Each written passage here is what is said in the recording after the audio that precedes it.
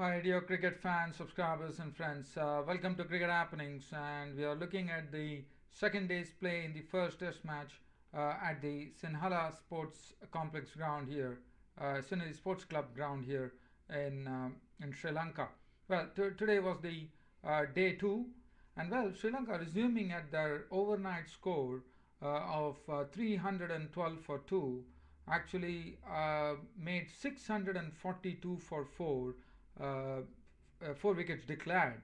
Well, the feature of the match today, the day's play, I would say, was the double century from Kumar Sangakarra. Kumar Sangakarra got seven double centuries now in his Test career, and in fact, Mahela Jayawardene went on to make 174, another marathon effort.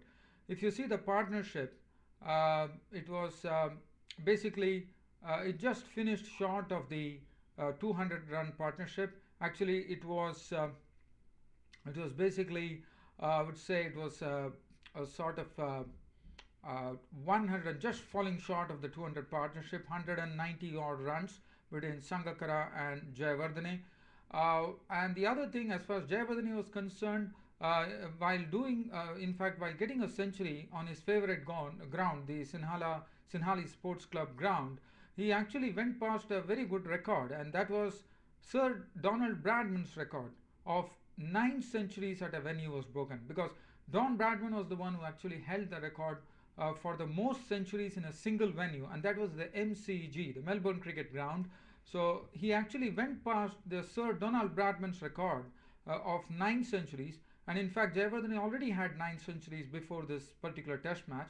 So Jayawardene, by making this century, went on to join the Delight group, and he actually now has 10 centuries in a single venue, now which is a record in Test cricket for Sri Lanka, because in the sense it is a world record actually. So it's only one player who had nine centuries in one venue, but Mahela Jayawardene now holds this proud record, dear cricket fans. Well, as far as the bowling was concerned, there was nothing in for the bowlers.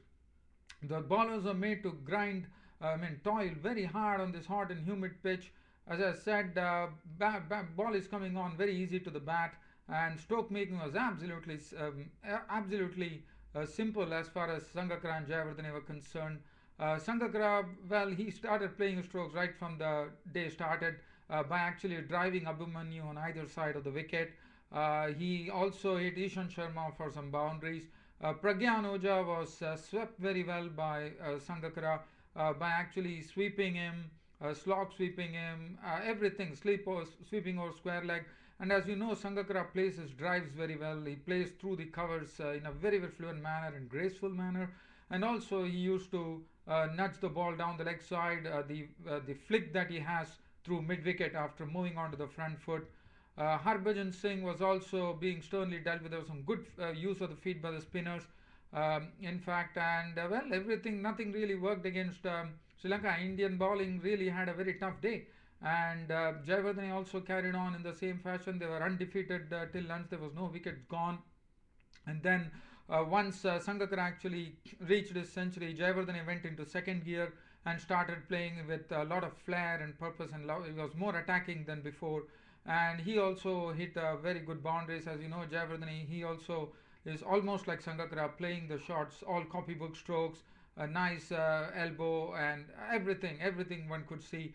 And both of them actually took the score on to 466 before India got a respite when Sangakkara actually was gone to a sharp catch by Dravid of the bowling of Virendra Sehwag for a marathon knock of 219 runs of 335 balls with 29 fours.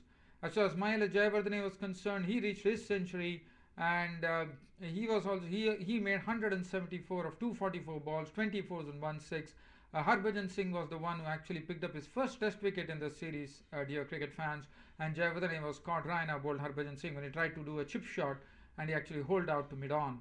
Samaravira entertained himself and also the crowd by playing some beautiful strokes, especially of the spinners, by driving them well, using the feet absolutely well. And Samaravira was not out on 76 when the declaration came from the balcony from Kumar Sangakkara, and Sri Lanka declared at 642 for 4 declared. And as far as the bowling was concerned, Abhimanyu in 23 overs 5 maidens, none for 117. Ishan Sharma 23 overs 5 maidens, 1 for 102. Pragyan Oja 46 overs 9 maidens, 172 runs on 1 wicket. Harbhajan Singh 42.4 overs 4 maidens, 147 runs on 1 wicket. Sehwag 20 overs no maiden, 1 for 71. Suresh Raina 5 overs for 21. As far as the Indian innings were concerned, it started again. India has finished very strongly. I wouldn't say very strongly, but they have put up a very good opening partnership. It was a good reply, I would say, not a firm reply, but a good reply on the second day, with India actually having the first option. I mean, not the option really. The first goal that they have is to avoid the follow-on by making 442 runs. So that is a stiff ask for India. But yes, the pitch is playing very easy, and that's what Virendra Sehwag and Vijay have done. Virendra Sehwag is not out on 64 of 63 balls with 12 fours, and Murli Vijay also looking confident, not out on 22 of 50 balls with 4 fours. Murli Vijay just waited for the loose opportunity to score a stroke, but as far as Virendra Sehwag was concerned, he was making batting look very easy with the way he was playing. He was playing the drives, he was playing everything. You ball to him wide, he used to slash it past point, and even the bouncers were there was some extra bounce, which actually sometimes Damika Prasad, who was the fastest bowler on scene, but Damika Prasad also sprayed the ball a bit. 3 overs for 27. Fernando 7 overs, none for 31. Angelo Matthews 4 overs, none for 13. Suresh Ranadive in his the first ball on his test debut. Well, Virendra Sehwag really went after him by hitting him for a 4 of the first ball he bowled in Test cricket, and also scoring one more boundary. So Suraj with 3 overs, 1 minute and none 15. Ajanta Mendis just bowled 1 over for 9 runs. And as I said, Sehwag was instrumental, 95 for no loss, and Sehwag is the one who's not out on 64 at close of 63 balls with 12 fours. Murli Vijay is keeping him company, not out on 22 of 50 balls with 4 fours. And well, looking at this 95 for no loss, it's a long way to go. 442 is the first target to avoid the follow on. By looking at the pitch, one would say it's still playing the same. There is some bounce which the spinners could exploit. Maybe spinners could bowl well and keep the runs in check, which could frustrate the batsman. Other than that, this pitch is looking like a paradise for batting, and I'm looking at a high scoring draw in this match, unless the Sri Lankan bowlers really conjure up something. But I'm sure the Indian batting, India has a long batting to follow, and they're all experienced people, and I'm sure they'll put their heads down, and I'm sure this is going to be a high scoring draw. But well, India still have a target. 442 is their first target to first achieve to avoid the follow on in the second test. Well, dear cricket fans, nothing much to share. As I said, it has been Sangakarra and Jayawardene. Sangakarra especially 219, and Jayawardene going on to make 174. But other than that, I have nothing to say, dear cricket fans. I think we are looking out for another grind on the third day. Maybe after the third day we can see whether the pitch is going to take some turn. That would be on the fourth day, because that is the history of the Sinhalese Sports Club ground. One has to wait and watch. Well, other than that, I have nothing to share, dear cricket fans, subscribers and friends. Thanks for your company. This is Ram signing off. Thank you.